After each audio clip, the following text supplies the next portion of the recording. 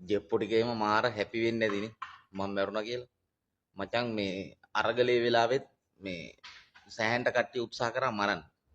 මේ අපිට මැරෙන්න මචං මේ වෙලාව ආපු මැරෙනවා කවුරුනොත් හරි. හැබැයි තව කල් තියෙනවා. මොකද මේ අපිට තව වැඩ කොටසක් තියෙනවා අපේ රටේ කරන්න. මේ ඒක නිසා හොඳට මතක තියාගන්න මේ අපි කරේ රට ජාතිය සම්බුද්ධ ශාසනය ආරක්ෂා කරන දේවල් විතරයි.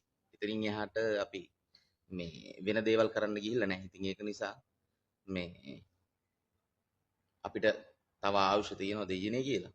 ඉතින් ඒක නිසා මේ ඒ ආතල් ගත්ත අයට ආතල් එකෙම ඉන්න කියන අපි නම් ඕව ගණන් ගන්න ඉන්න මොකද ඔයිට කලින් ගොඩක් දේවල් දැම්ම. ඉතින් ඒ නිසා සාමාන්‍ය දේවල්. ඒක නිසා අපි ඔය මේ පුන්නක්කු කන ජෙප්පන්ට එහෙම කියන්න තියෙන්නේ මේ අපි නම් කන්නේ මචං බත් උඹලා පුන්නක්කු කෑවට. ඉතින් ඒක නිසා මේ හැමෝටම නිවන් සුව සහ සුබ දවසක් කියලා ප්‍රාර්ථනා කරනවා.